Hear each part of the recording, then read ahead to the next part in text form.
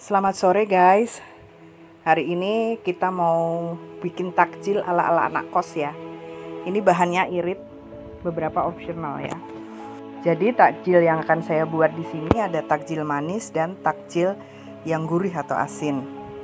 Bahan yang diperlukan ada roti, kemudian santan, ada juga kolang-kaling dan cincau, ini opsional, tidak harus ada ya. Lalu yang takjil gurihnya nanti dibuat dari kornet dan yang selalu ada di kamar anak kos yaitu mie instan dan juga telur. Nah, ini rotinya adalah roti sisa ya. Artinya kalau Anda suka makan roti tapi misalnya masih sisa 2 belum expire gitu, mau dimakan gitu aja kok males ya, kita bisa ubah itu jadi takjil yang enak ya. Nah, rotinya tinggal dipotong-potong aja seperti ini.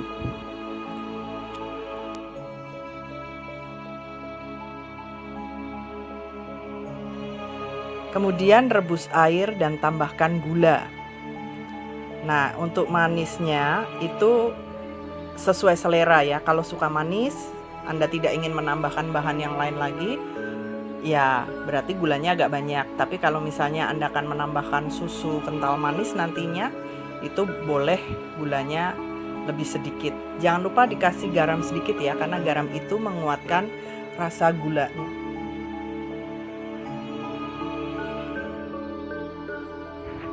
Setelah gulanya larut dengan baik, masukkan santan. Sambil diaduk ya guys, supaya tidak pecah santannya. Ya, jadi diaduk sampai santannya tercampur dengan baik dengan air dan gula. Baru kemudian masukkan roti ke dalamnya. Sebenarnya ini kayak kolak ya, hanya gulanya gula putih dan isiannya itu roti. Kemudian tambahkan nanti daun pandan. Di sini saya juga menggunakannya santan instan ya, kan kalau anak kos harus bawa parutan kayaknya repot deh ya. Jadinya semuanya instan nih yang sudah kemasan, kecuali daun pandan. Kalau daun pandan kan nggak ada kemasannya. Tapi kalau Anda suka menggunakan pasta pandan juga boleh ya, atau perisa pandan silahkan. Tapi saya memilih pakai daun pandan yang segar, karena memang di rumah ada dan ditanam, jadi tinggal ambil aja di kebun gitu ya. Nah, seperti inilah penampakannya. Nah, lalu kita menyiapkan gelas. Nah, ini kalau yang mau pakai kolang-kaling dan cincau, itu ditata seperti ini di dalam gelas ya. Lalu nanti baru dimasukkan roti yang sudah dikasih santan tadi. Nah, makanan ini namanya pais roti ya. Ini sangat enak. Ada juga yang dibungkus pakai daun pisang ya, tapi saya memilih menggunakan gelas aja yang nggak ribet gitu ya.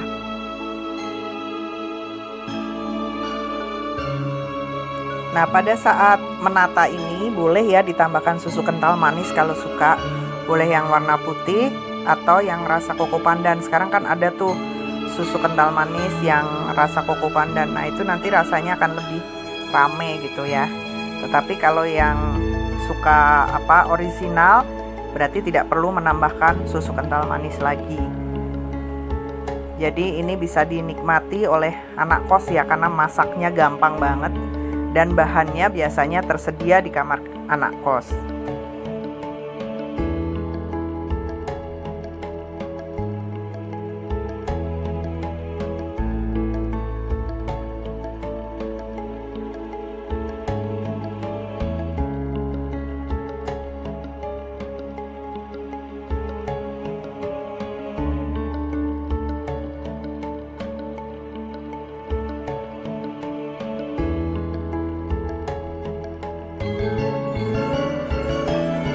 Nah, untuk takjil yang gurih saya menggunakan mie instan ya. Boleh rasa apa aja. Kebetulan karena di rumah itu pada suka yang pedas, maka saya menggunakan mie instan dengan rasa pedas ya. Ini jadi bumbunya dikeluarkan dulu semua ya. Ini saya menggunakan 2 bungkus mie ya, karena keluarga saya kan cukup besar. Tetapi kalau Anda di kos-kosan silahkan 1 cukup. cukup ya pakai satu aja. Hanya kalau dua nanti potongannya itu bisa jadi 8 potong ya, lumayan. Bisa untuk buka, sahur, sampai buka lagi. Lumayan tuh ngirit gitu.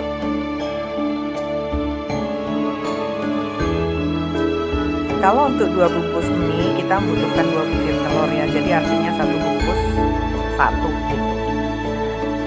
Kemudian wortelnya optional ya, kalau nggak ada wortel, nggak pakai wortel nggak apa-apa, nggak pakai daun bawang juga tidak apa-apa, karena ada yang suka daun bawang, ada yang enggak. Nah kebetulan untuk menu ini saya tidak terlalu suka daun bawang, rasa daun bawang dikukus itu kurang enak ya kalau menurut saya, jadi di sini saya skip. Nah ini kemudian semua bumbu ini dicampur juga dengan kornetnya dan juga telurnya. Boleh tambahkan santan sedikit kalau suka dengan yang bersantan ya.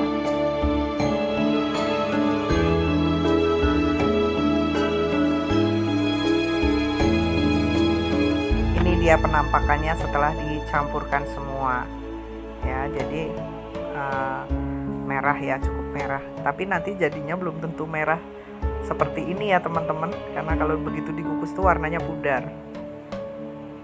Gitu.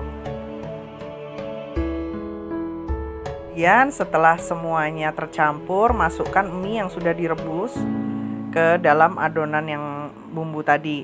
Cuman yang harus diingat di sini adalah mie-nya harus dingin ya teman-teman, nggak boleh dalam kondisi panas dimasukkan, karena nanti nggak mateng atau nggak bisa dipotong. Nah ini kemudian dimasukkan ke dalam loyang lalu dikukus. Itu sebabnya kenapa mie-nya harus benar-benar dingin, supaya nanti bisa tercetak dengan baik. Kalau tidak, nanti tidak akan tercetak dengan baik.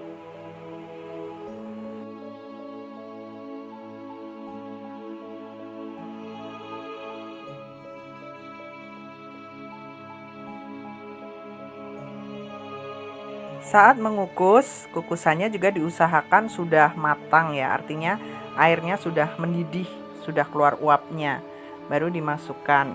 Lalu jangan lupa ditutup, kukus selama kurang lebih 15 menit, nggak lama ya. Jadi ini semuanya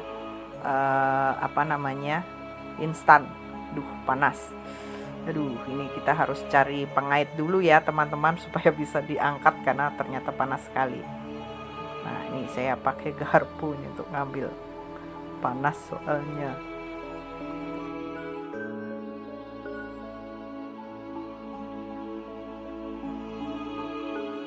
Setelah dikeluarkan, tunggu dingin dulu, baru bisa dipotong.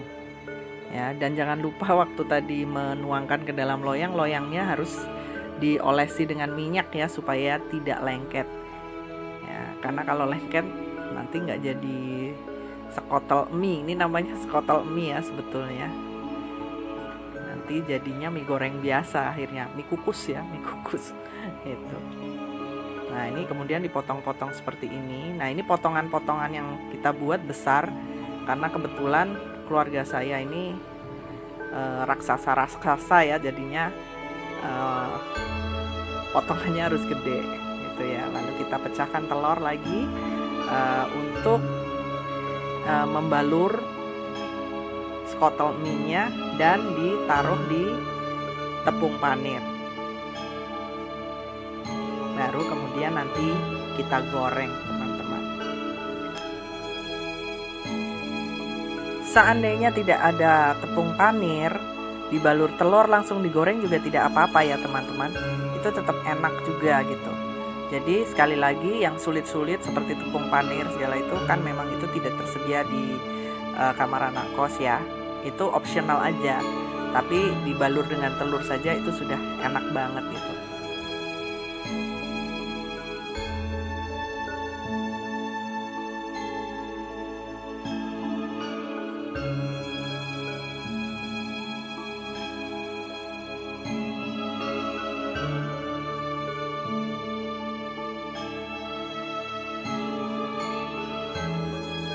Terbalur dengan sempurna, nah kita goreng sampai warnanya golden brown ya. Nah ini saya gorengnya minyaknya sedikit ya karena lagi mahal, Tapi kalau Anda mau pakai minyak banyak, itu akan jauh lebih renyah rasanya, apalagi kalau potongannya jauh lebih tipis. Ya, kriuknya terasa gitu. Ya, kalau ini akan agak potongannya gede-gede, jadi dia kriuk di luar tapi lembut di dalam. Nah, nanti akan jadinya seperti ini, teman-teman ya, cantik ya. Nah, itu saya menambahkan susu koko pandan ya, jadi itu ada pinknya sedikit di bawah. Nah, ini kalau diaduk rasanya enak banget. Jadi seperti itu teman-teman, cara membuat takjil yang gurih. Ini namanya sekotel mie pedas.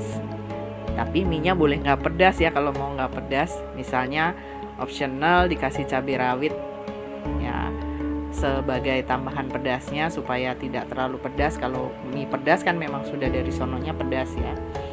Nah, itu juga boleh. Oke teman-teman, untuk kali ini menu takjil kita sudah selesai. Selamat berbuka puasa. Jangan lupa like, comment, share, dan subscribe. Besok kita akan melihat tips-tips yang lain untuk menu-menu yang khusus anak kos ya. Tunggu vlog berikutnya.